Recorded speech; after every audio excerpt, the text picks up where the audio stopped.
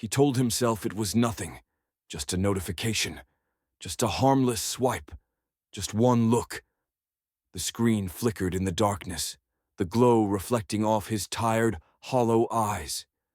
Her face appeared first, perfect skin, eyes that promised everything, lips parting slightly, as if whispering some forbidden invitation only he could hear. His thumb hovered.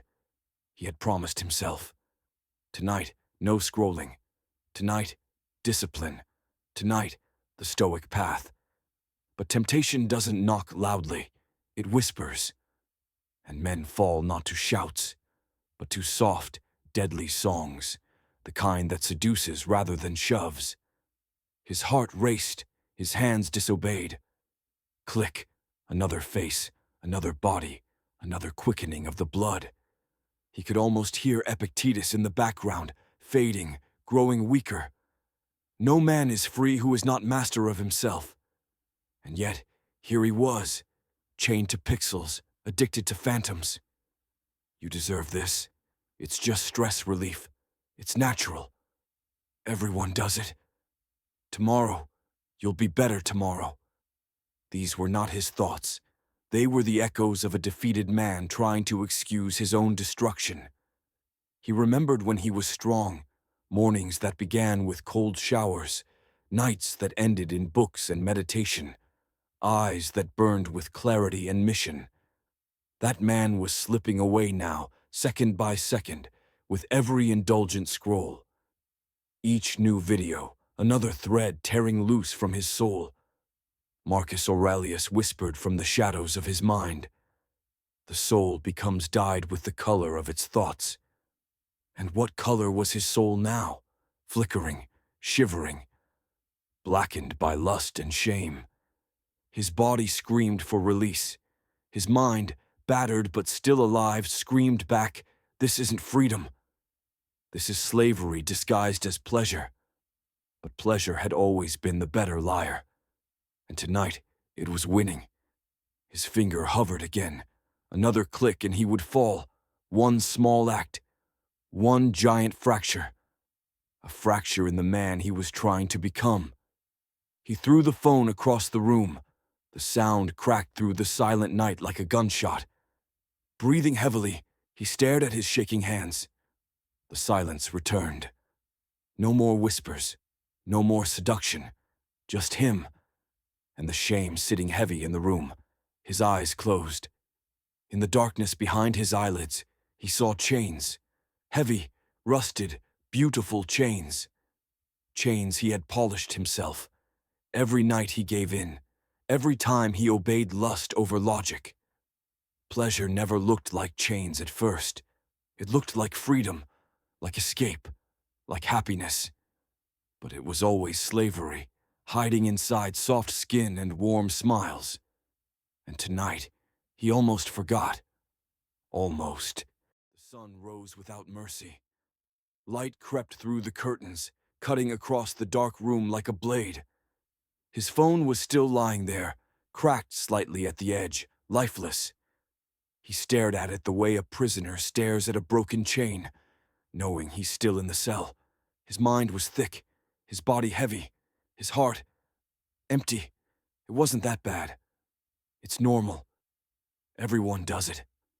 The same soft lies repeated, like a dying lullaby. But deep down, in the pit of his soul, he knew. This wasn't about the act. It was about the pattern. One night becomes two. Two becomes four. Weeks blur, months disappear. Goals fade from fire to ashes. Lust doesn't just steal your pleasure. It steals your future. Breakfast sat untouched on the table. Emails stacked unread. His mind didn't want to think. It wanted the only thing it knew would bring temporary escape. Another hit, another woman, another fantasy, another betrayal of himself. The screen wasn't just glowing now. It was calling, not as an enemy, as a lover. She promised comfort, no demands, no rejection, only instant surrender. The perfect drug for a mind trying to forget its own weakness. From somewhere distant, like a dying candle, Marcus Aurelius whispered, "Is this necessary?" But desire roared louder, and ancient wisdom, fragile and tired, was drowned in the flood. His hand reached for the phone without permission. His fingers scrolled before his brain could protest. Image after image, curve after curve, fantasy after fantasy. And with each click, he felt his spirit bleed. A battle raged inside him. One voice cried out for discipline. One voice whispered for surrender. One heavy breath. One choice to make. His hand hesitated, but his weakness didn't. In the end, there was no grand collapse, no explosion, just a silent surrender. A sigh, a hollow victory for lust. And then, the crash, the emptiness that followed, familiar and cruel. He stumbled into the bathroom, stared at the mirror. Who was this? Not the man who spoke of greatness, not the man who dreamed of freedom. Just another addict hiding behind Stoic quotes he didn't live. Know thyself. And now he did. He was a slave pretending to be a philosopher. The ruins of another weekday, a tiny ember survived. A spark he thought was gone. Maybe he wasn't completely lost yet. Maybe the fall was not the end. Maybe it was the beginning. Sleep didn't come. Not after that kind of surrender. He lay there, staring at the cracked ceiling, listening to the silence press down on him. Somewhere deep inside, something was moving. Not lust, not guilt. Memory, memory of ancient voices. Memory of truths he once believed in, but abandoned. The first voice was calm, heavy, like the slow grind of a mountain moving. You have power over your mind, not outside events. Realize this, and you will find strength. It was Marcus, the emperor he once admired, speaking across centuries, across flesh and weakness. You surrendered today, not because you were forced, but because you allowed yourself to be ruled by a shadow. The walls seemed to melt away. He stood in a dark void now, a cold wind brushing against his bare skin. In the distance, marble columns half shattered, statues cracked and broken. A battlefield, the battlefield of his own mind. Another figure stepped forward, lame in one leg, walking with a slight limp. Epictetus, the slave who had taught freedom. His eyes burned with fire, the fire of a man who knew pain, knew lust, knew chains, and still rose above them. Freedom is not achieved by satisfying lusts, but by mastering them. You seek pleasure as if it will make you whole, but every indulgence tears a piece from your soul. Epictetus pointed to the ground, where chains lay broken, but within reach. Images flickered around him.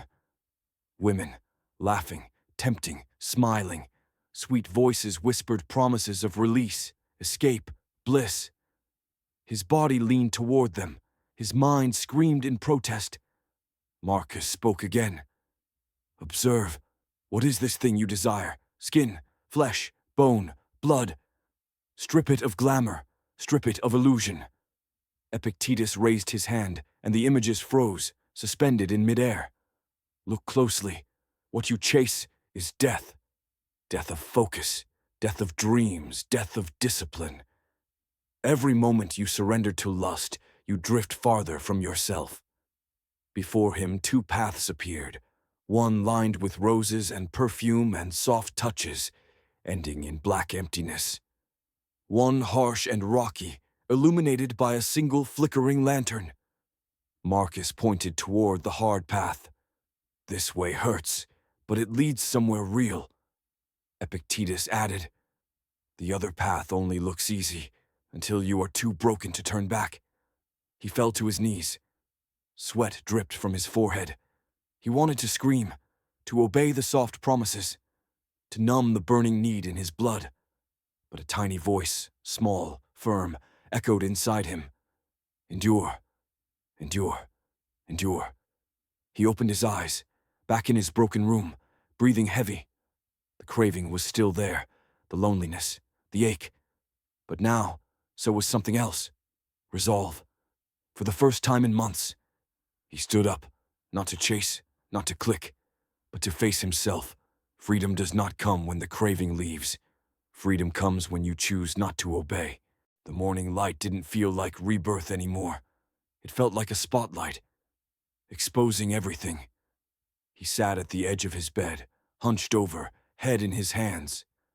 Another night lost, another promise broken, another crack in the armor he once wore with pride. It always began the same way. A thought, a whisper, a pull, just a scroll, just a click, just a little escape. And then, the descent, faster than he ever admitted. Hands moving without mind, eyes glazed, searching for that perfect illusion. Blood rushing, breath quickening, mind disappearing. For a moment, a brief, pathetic moment, he felt powerful. The world faded, the anxieties shrank, the loneliness silenced. He wasn't broken. He was a god, desired, worshipped, fulfilled, for 15 seconds. And then, the fall, the empty hollow, the thick fog of shame wrapping around his mind. No gods here, no victory, just a man, sitting in the ruins of his own discipline. Again, is this what you were made for? To lie in pleasure like beasts? The words cut deep, because he knew the answer.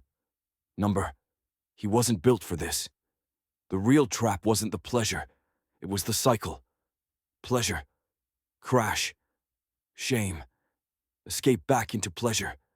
Deeper crash, louder shame, more desperate escape. Round and round like an animal chasing its tail.